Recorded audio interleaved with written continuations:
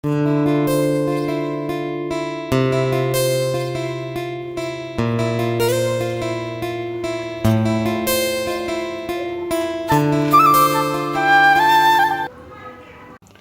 Friends, welcome to Sashtikai kitchen. இன்றைக்கி நம்ம என்ன ரெசிபி பார்க்க போகிறோம்னா, ஒரு கறி கோலா உருண்டை குழம்பு பண்ண போகிறோம். அதுக்கு கறி ஒரு 1/4 கிலோ எலும்பு இல்லாமல் கறி வாங்கிக்கிடுவோம். அதை நல்லா கொத்தி வாங்கிக்கிடுவோம். பொரிகடலை பொட்டுக்கடலை ஒரு 50 கிராம் பொட்டுக்கடலை எடுத்துருக்கோம். தேங்காய் துருவல் ஒரு 4 ஸ்பூன் எடுத்துருக்குறோம். 3 பச்சை மிளகா, சின்ன வெங்காயம் ஒரு 3 வெங்காயம், வெள்ளைப்பூடு ஒரு 4 பூடு, ஒரு 1/2 ஸ்பூன் சோம்பு, சின்ன துண்டு பட்டை, கிராம்பு எடுத்துருக்குறோம். அடுத்து தாளிக்கிறதுக்கு வெங்காயம், தக்காளி, தேங்காய் ஒரு 4 ஸ்பூன் எடுத்துக்கோம். குழம்புக்கு அரைச்சி ஊற்றுறதுக்கு முதல்ல இந்த கறியை நம்ம நல்லா கழுவிட்டு மஞ்சப்பொடி போட்டு சுத்தம் பண்ணி நல்லா கழுவிட்டு அதை நல்லா மிக்சியில் தண்ணி இல்லாமல் அரைச்சி எடுத்துக்கிடுவோம். அடுத்து நம்ம எடுத்து வச்சிருந்த தேங்காய், பொட்டுக்கடலை, இந்த பச்சை மிளகா இதெல்லாம் மிக்சியில் போட்டு அரைச்சி நம்ம கோலா உருண்டை பதத்துக்கு நம்ம உருண்டையாக எடுத்து வச்சுக்கிடுவோம். அடுத்து நம்ம குழம்பா தாளிக்கலாம். இப்போ எப்படி செய்யலாங்கிறத பார்க்கலாம். இந்த கோலா உருண்டைக்கு நம்ம கறி கொஞ்சம் இருந்தால் கூட போதும். பார்த்திங்கன்னா குழம்பு நல்லா சாஃப்டாகவும் இருக்கும், நல்லா டேஸ்ட்டாகவும் இருக்கும். குழம்பு உங்களுக்கு சின்ன குழந்தையிலேருந்து பெரியவங்க வரைக்கும் கூட இந்த உருண்டையை நம்ம கொடுக்கலாம். இப்போ எப்படி செய்யலாங்கிறத பார்க்கலாம். முதல்ல நம்ம கோலா உருண்டை செய்கிறதுக்கு நம்ம ஏற்கனவே சுத்தம் பண்ணி வச்சுருந்த கறி நல்லா கொத்துக்கறி இந்த மாதிரி தண்ணி இல்லாமல் நல்லா புழிஞ்சு விட்டு எடுத்து வச்சுக்கிடுவோம். எடுத்து மிக்சியில் ஒரு அடி அடித்து எடுத்துக்கிடுவோம். கறியை மட்டும் எடுத்துட்டு அதுக்கடுத்து நம்ம எடுத்து வச்சுருந்த தேங்காய், பொட்டுக்கடலை, பச்சை மிளகா அதை அரைச்சி எடுத்துக்கிடுவோம். நம்ம கறியை இந்த மாதிரி நல்லா அரைச்சி நல்லா நைஸாக அரைச்சி எடுத்துக்கிடுவோம் தண்ணி இல்லாமல். அடுத்து நம்ம எடுத்து வச்சுருந்த தேங்காய் துருவில் ஒரு 4 ஸ்பூனு, 3 பச்சை மிளகா, 2 சின்ன வெங்காயம், வெள்ளைப்பூடு, இஞ்சி இதை மிக்சியில் நம்ம அரைச்சிக்கிடுவோம். அரைச்சி எடுத்துட்டு கோலா உருண்டைக்கு உருண்டையாக நம்ம ரெடி பண்ணலாம். இதோட பொட்டுக்கடலை ஒரு 50 கிராம் எடுத்துக்கணும். இது சேர்த்தோம்னா தான் உருண்டை நல்லா உங்களுக்கு பிரிஞ்சு வராமல் நல்லா சேர்ந்து வரும் உங்களுக்கு. இதையும் சேர்த்து நம்ம மிக்சியில் குறப்பாக அரைச்சி எடுத்துக்கிடுவோம். இந்த உருண்டைக்கு தேவையான அளவு நம்ம உப்பையும் சேர்த்து அரைச்சிடுவோம். அரைச்சி எடுத்துட்டு வெங்காயம், கருவேப்பிலை சேர்த்து நம்ம நல்லா பொடியாக கட் பண்ண வெங்காயம், கருவேப்பிலையும் சேர்த்து உருண்டையாக நம்ம ரெடி பண்ணி வச்சுக்கலாம். இப்போ நம்ம தேங்காய், பொட்டுக்கலையில் நம்ம அரைச்சி வச்சுருக்கோம். இதையும் நம்ம இந்த உருண்டையில் சேர்த்துருவோம். மட்டன் நம்ம கொத்தி வச்சுருந்தா கொத்துக்கறியோடு சேர்த்துக்கிடுவோம். சேர்த்துட்டு உப்பு, இதுக்கு தேவையான அளவு உப்பு சேர்த்துருக்கோம். சேர்த்துட்டு வெங்காயம், கருவேப்பிலை, கொத்தமல்லி தழை இது எல்லாத்தையும் சேர்த்து நம்ம நல்லா பிசைஞ்சுக்கிடுவோம். உங்களுக்கு கோலா உருண்டை பதத்துக்கு உருட்டி வச்சுக்கிடுவோம். உருட்டி வச்சுட்டு அதுக்கப்புறம் நம்ம குழம்பா அப்படியே தாளிக்கிறது தான் உங்களுக்கு. டேஸ்ட்டு ரொம்ப நல்லாயிருக்கும். இந்த கோலா உருண்டை குழம்பு நம்ம மட்டன் கொஞ்சம் கறி இருந்தால் கூட போதும். நல்லா கோலா உருண்டை இந்த குழம்பு 4 பேர் கூட நம்ம சாப்பிடலாம். ஒரு 1/4 கிலோ கறி வாங்கினோம்னா 4 பேர் கூட சாப்பிடலாம். இதில் பாதி நம்ம உருண்டை குழம்பா போட்டுட்டு பாதி உருண்டையை வறுவல் கூட ரெடி பண்ணலாம். நல்லா பெசரி எடுத்துக்கிடுவோம். இந்த மாதிரி நம்ம உருண்டையை உருட்டி ரெடி பண்ணிட்டோம். இதுக்கு அடுத்து நம்ம இப்படி குழம்பா தாளிக்கிறாங்க. இப்போ குழம்பு தாளித்து இந்த உருண்டையை சேர்த்து கோலா உருண்டையை சேர்த்து குழம்பு இறக்கி வச்சிடலாம். நம்ம குழம்பு வைக்கிறதுக்கு ஒரு கடாயை வச்சுருக்குறோம். அதில் ஒரு 4 ஸ்பூன் எண்ணெய், நம்ம செக்கு கடலை எண்ணெய் தான் சேர்த்துருக்குறோம். நல்லா எண்ணெய் காயவும் ஒரு சின்ன துண்டு பட்டை, கிராம்பு, கல்பாசி, ஒரு டீஸ்பூன் சோம்பு சேர்த்துருக்குறோம். சேர்த்து நல்லா வெடிய விட்டுருவோம். நல்லா வெடிஞ்சதுக்கப்புறம் கட் பண்ணி வச்சுருக்கிற வெங்காயம், சின்ன வெங்காயம் ஒரு கைப்பிடி சின்ன வெங்காயம் எடுத்துருக்குறோம். சின்ன வெங்காயத்தை சேர்த்து வதக்கலாம். இது கொஞ்ச நாள் செவக்க வெடிக்கட்டும். சின்ன வெங்காயமும் வெள்ளைப்பூடு ஒரு 5 வெள்ளைப்பூடு வச்சுட்டா அதையும் சேர்த்து நம்ம நல்லா வதக்கிடுவோம்.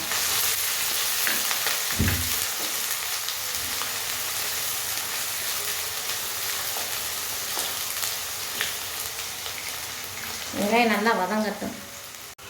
வெங்காயம் நல்லா வதங்கிருச்சு. இஞ்சி பூண்டு பேஸ்ட்டு ஒரு 1/2 ஸ்பூன் சேர்த்துக்கிடுவோம். 1/2 ஸ்பூன் சேர்த்து இதையும் சேர்த்து நம்ம நல்லா வதக்கிடலாம். இது அந்த பச்சை வாசனை போனதுக்கப்புறம் தக்காளி பழம் 2 பழம் எடுத்து வச்சுருந்த தக்காளி பழத்தை நம்ம நல்லா மிக்சியில் அரைச்சி ஊற்றிருக்கோம். அதையும் சேர்த்து வதக்கிடலாம். இந்த வெங்காயம் தக்காளி நல்லா வதங்கிக்கிட்டு இருக்கும்போது நம்ம மிளகா பொடி சேர்த்துருவோம். நம்ம வீட்டிலேயே அரைச்ச பொடி தான் உங்களுக்கு குழம்பு மிளகா பொடி ஒரு 1/2 ஸ்பூன் சேர்த்துக்குருவோம். ஏற்கனவே உருண்டையில் வேறு நம்ம மிளகா சேர்த்து அரைச்சிருக்கிறோம். காரம் ஒரு காரத்தை பொறுத்து சேர்த்துக்கோங்க. போட்டு மஞ்சள் தூள், இதுவும் நம்ம வீட்டிலேயே அரைச்ச மஞ்சள் பொடி தான். நம்ம ஏற்கனவே நம்ம சஷ்டிகாய் கிச்சன் போட்டிருக்கோம். ஒரு அரை டீஸ்பூன் மஞ்சள் பொடி சேர்த்துக்கோங்க. நல்லா அந்த எண்ணெய் பிரியிற அளவுக்கு நம்ம வதக்கலாம். குழம்புக்கு. அப்போ தான் குழம்பு நல்லா டேஸ்ட்டாக இருக்கும் உங்களுக்கு. இந்த குழம்புக்கு தேவையான அளவு உப்பும் சேர்த்துருவோம்.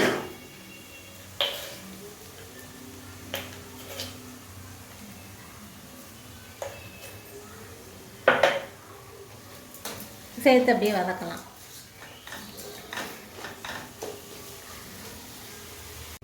இப்போ மூடி ஓப்பன் பண்ணி பார்ப்போம். பாருங்கள், நல்லா எண்ணெய் வந்து நல்லா பிரிஞ்சு வந்திருக்கு உங்களுக்கு. இது இப்போ நம்ம வந்து கொஞ்சம் தண்ணி ஊற்றி கொதிக்க வச்சிடலாம் உங்களுக்கு. இந்த குழம்புக்கு தேவையான அளவு தண்ணி சேர்த்துக்குருவோம். தண்ணி சேர்த்து ஒரு 10 நிமிஷம் கொதிக்கட்டும். கொதித்ததுக்கப்புறம் நம்ம உருண்டையை சேர்க்கலாம். நம்ம அதுக்குள்ளே நம்ம எடுத்து வச்சுருந்த தேங்காயையும் அரைச்சிட்டு வந்துடலாம்.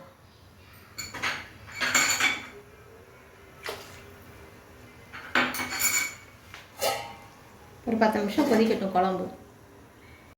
குழம்பு நல்லா இந்த மாதிரி உங்களுக்கு எண்ணெய் பிரிஞ்சு வந்ததுக்கப்புறம் நம்ம வந்து புளி வந்து சும்மா கொஞ்சமாக ஒரு சின்ன ஒரு அரை நெல்லிக்காய் சைஸ் அளவு புளி எடுத்து ஊற வச்சு கரைச்சி வச்சுருக்கோம். அதையும் சேர்த்துருவோம்.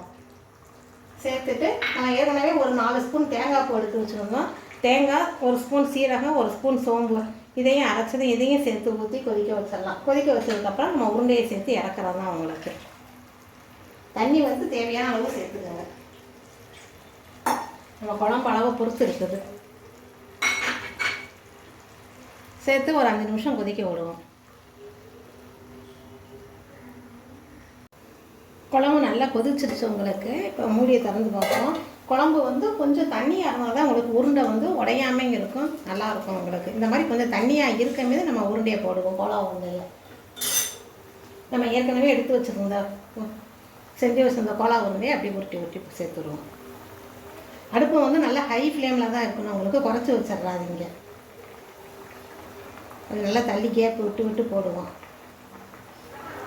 நம்ம பொட்டுக்கல்ல சேர்க்கமே தான் உங்களுக்கு உருண்டை வந்து உடையாமல் இருக்கும். நல்லா தள்ளி நல்லா பிரிஞ்சு வரும் உங்களுக்கு. இதுலேயே ஒரு 15-16 உருண்டை வந்துடும் உங்களுக்கு 1/4 கிலோ கறியிலேயே. பாதி உருண்டையை குழம்புல போட்டு பாதி உருண்டையை நம்ம வறுவல் ஃப்ரை பண்ணி கூட நம்ம சாப்பிடலாம். டேஸ்ட்டு வந்து ரொம்ப நல்லாயிருக்கும்.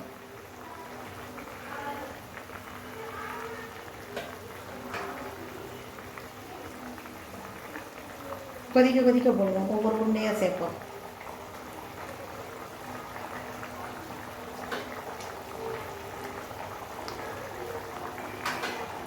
கேப் விட்டு தான் போடணும்.